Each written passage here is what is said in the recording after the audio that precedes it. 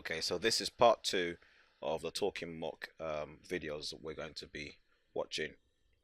So in this section, I will be answering mainly the remaining parts of section A, and then I'll be answering the questions underneath section B. So, okay, so let's carry on now with question number 11. Okay, so it says, give one advantage and one disadvantage of using the nuclear fuel to generate power. So the two command words are advantage and disadvantage. So you've got to give good and bad. Okay, um, features of using nuclear fuel to generate power. So one of those is the fact that what the advantage of nuclear fuel is that well, there's many. So one of those is that there's lots of energy produced. It is relatively quite clean. So nuclear power, sorry, when used, that's it, used to produce energy doesn't create carbon dioxide, which which would add to the CO2 already in the atmosphere.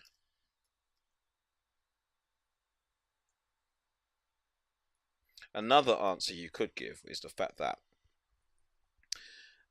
nuclear power produces quite a lot of energy, and it's very powerful.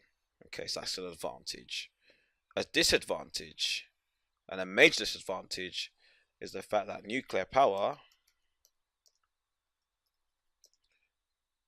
produces or creates waste products, which, what should we say, that are radioactive and very harmful to all living things. Okay, so nuclear waste products could take millions of years to fully decay and become harmless. Okay, now, okay, so question 14.2 refers to the calculation of a piece of plywood, a total length of plywood. So you've been given 70 mil and it says 2/3, so that means 2 parts out of 3 equals 70 millimeters. So if we then divide the 70 millimeters, so 70 millimeters, we divide it by 2, the answer is 35 millimeters. Okay, so therefore 1 part equals 35 millimeters, and we want 3 parts, so we know that 2 times 35 millimeters equals the 70 mil that we had before, and if we add another part, which is 35 millimeters, that gives us an answer of 105 millimeters. This means that the length of plywood is 105 millimeters in total length. Okay, so that's the answer. Now, this question is about mechanical systems, it's about gears. Okay, and working at gear ratios. So first off, you've been given some key information. It says figure 1 shows a gear train. So on this side you have a driver which drives this, or there might be a motor attached to this which drives the driven gear. And there are some teeth on, obviously, on each gear, but obviously hasn't been drawn in, but they would be there. It says calculate the gear ratio of this gear train. This is referring to the velocity ratio, or the gear ratio as it's known in this question. So first off, you will need to know your formula for calculating the gear ratio, which is gear equals number, so we just put NO as shorthand, number of teeth divided by, sorry, number of teeth on driven gear divided by NO of teeth on driving gear.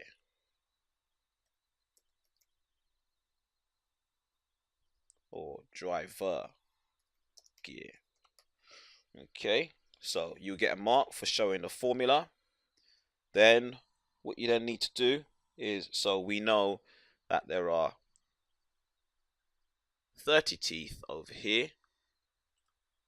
So if we highlight that, then we can say, if we have, so there's 30 teeth over here and there is 10 teeth over here. So all we need to do is we want to divide the driven gear's teeth by the driver gear teeth. So it's 30 divided by 10, okay, which will give us 3. So the gear ratio, will be 3 to 1. Okay, so that's the answer.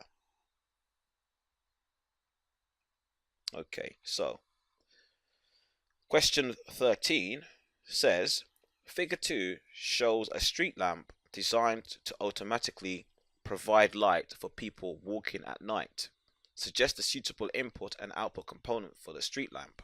So if you think about it, it's referring to a change in light, because it's saying, if we look specifically at the question, it tells you what you need to be thinking of in terms of sensor, because it says a street lamp designed to automatically provide light for people walking at night. So as light levels change, we want the lights to switch on. So an input for the system would be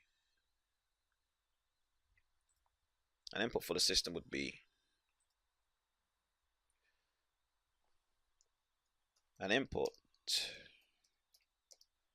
could be a light dependent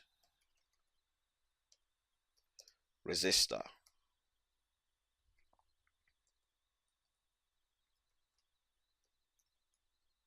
also known as an LDR. So you get a mark for that. Okay, so light dependent resistor would give you the input sensor that you need for the system. The output sensor is pretty obvious. An output for the light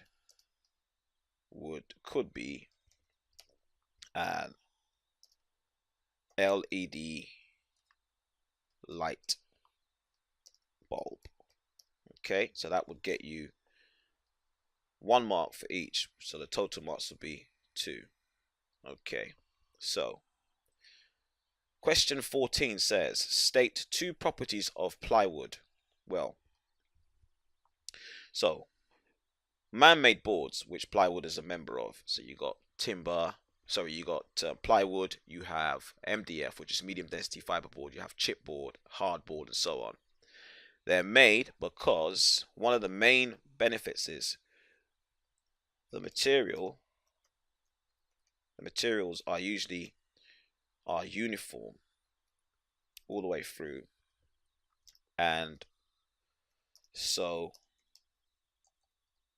it won't bend. Now this applies to other forms of man-made boards, okay, because the moisture content will be the same pretty much all the way through, and there are no knots in it as well, okay.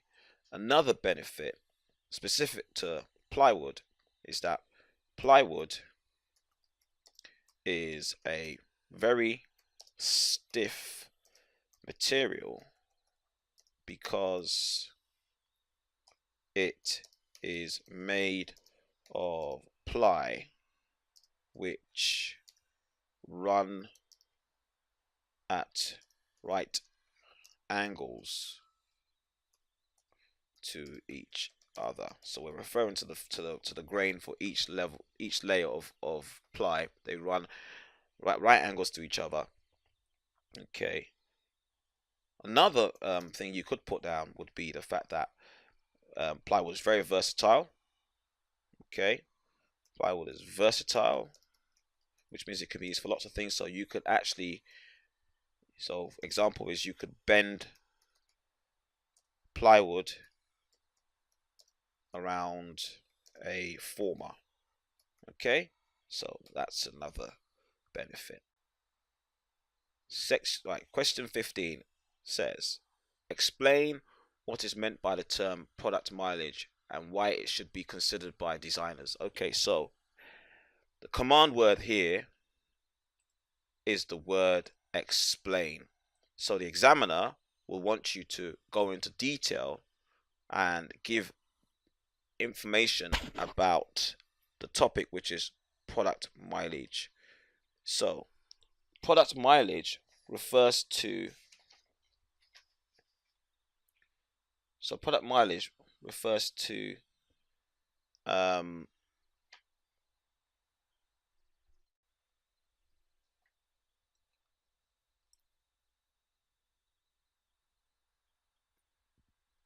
how far product travels from raw material source through manufacture, distribution, user location, and final disposal. So the whole life cycle of a product. So what I would start off first by doing is I would type in the sentence. I'll start with product. Sorry, hold on a second.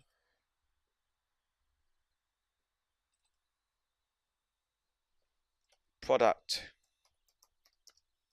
mileage is the distance that a product travels from raw materials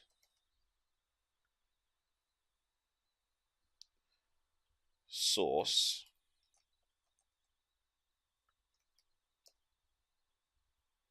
so where it's made, so from when it was made, like from if it's mined or if it's cut down from a forest, that's the source, to manufacture, which is another word for making, okay, to distribution, so once it's been made, it's put into trucks or ships or airplanes and it's distributed around to shops and distribution centers. User location, so where the customer buys it and uses it up, and then at the end of its life cycle, when it's finally thrown away, final disposal. Okay, so it refers to all the mileage that involves the product from when it was made, transported to the shops, transported from the shops to the user's location, used by the user, and then disposed of. So that's the product miles. Okay. Okay, now designers have to consider product mileage. Okay.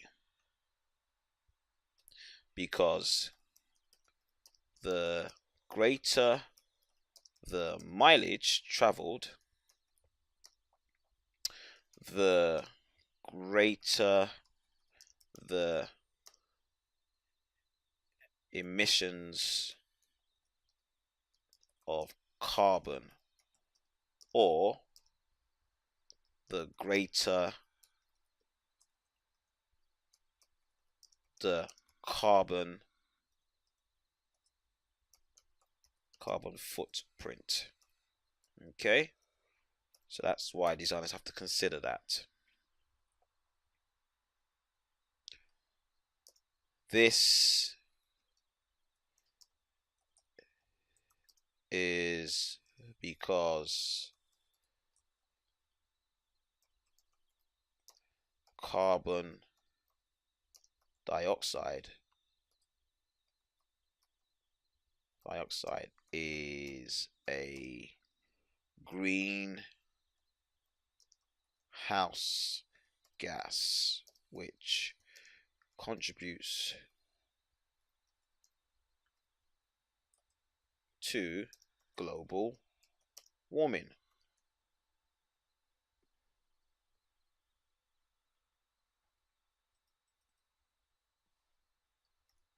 Okay, brilliant. Right, okay, now, so it says, question 15 says, explain how deforestation can occur as a result of producing new products. So, the examiner is looking for you to explain once again. So, another command, the command word here is explain. Okay. And the topic is deforestation.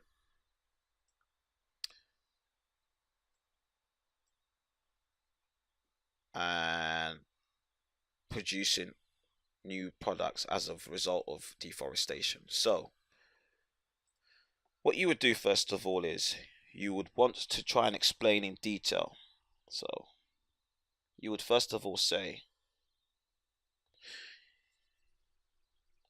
something like some products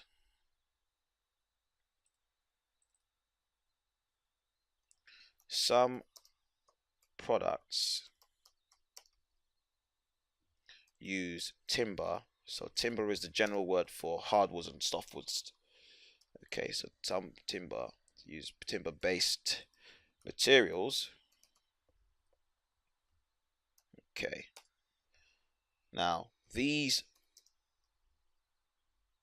are sourced, so that's the origin, from rainforests.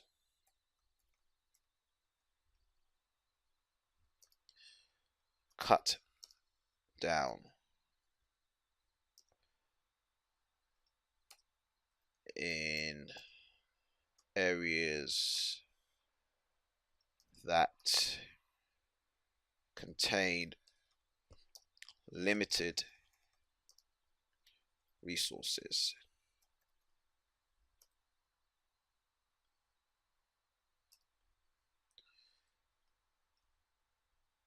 This leads to deforestation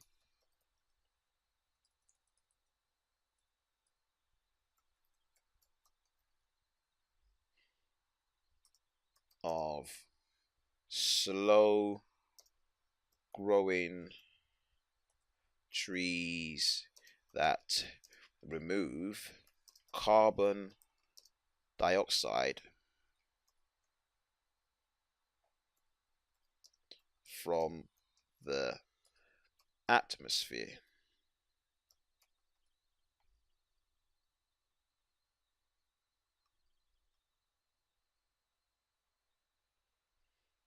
Okay, so then you could say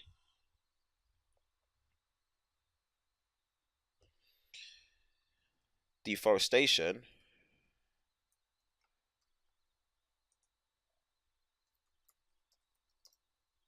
will happen if so it's really important, the rate of tree harvesting is greater than the planting or growth of new trees. Okay, or if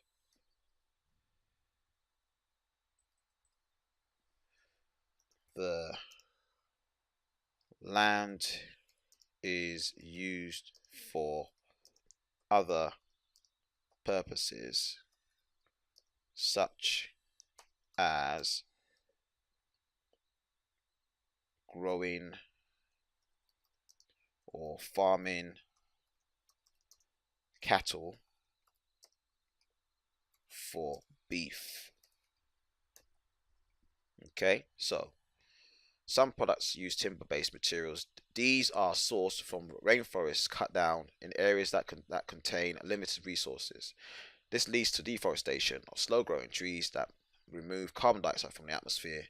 Deforestation will happen if the rate of tree harvesting is greater than the planting or growth of new trees, or if the land is used for other purposes such as growing of farming, such as growing of cattle or farming of cattle for beef. Okay. Now, so question 16, it says describe. So once again, you have to describe, so you have to give details, okay, about the certain aspects of a particular topic. So in this case, it says describe what is meant by each of the following types of production. Give an explanation, an example, sorry, of each in your answer. So the examiner is expected to describe mass production and then give an example of a mass-produced product. Okay, so first off, you have to define what mass production is. So I will say mass production is the manufacture of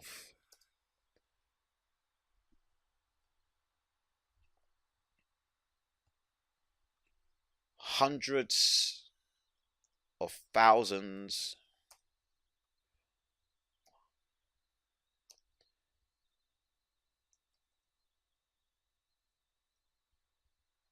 or more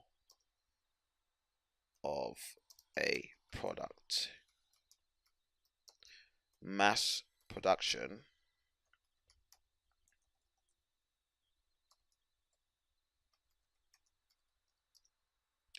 brings scales of economy.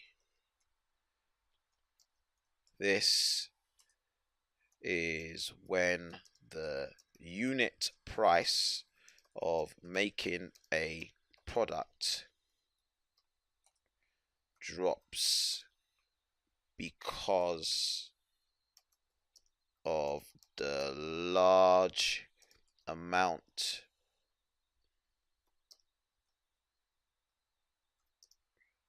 of units being manufactured and sold.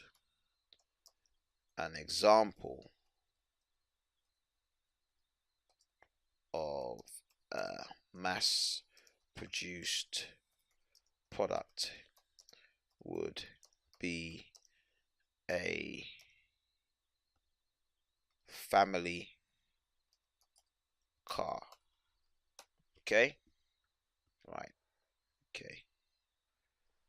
Now, batch production is the manufacture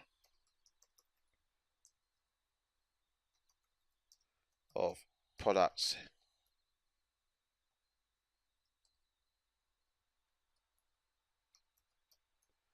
in tens to thousands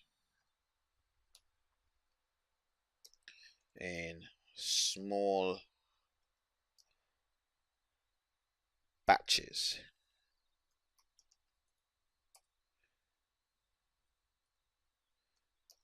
This is used when the products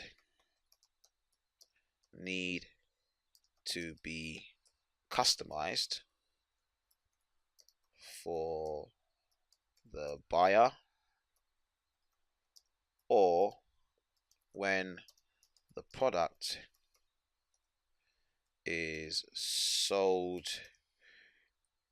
in a small geographical location,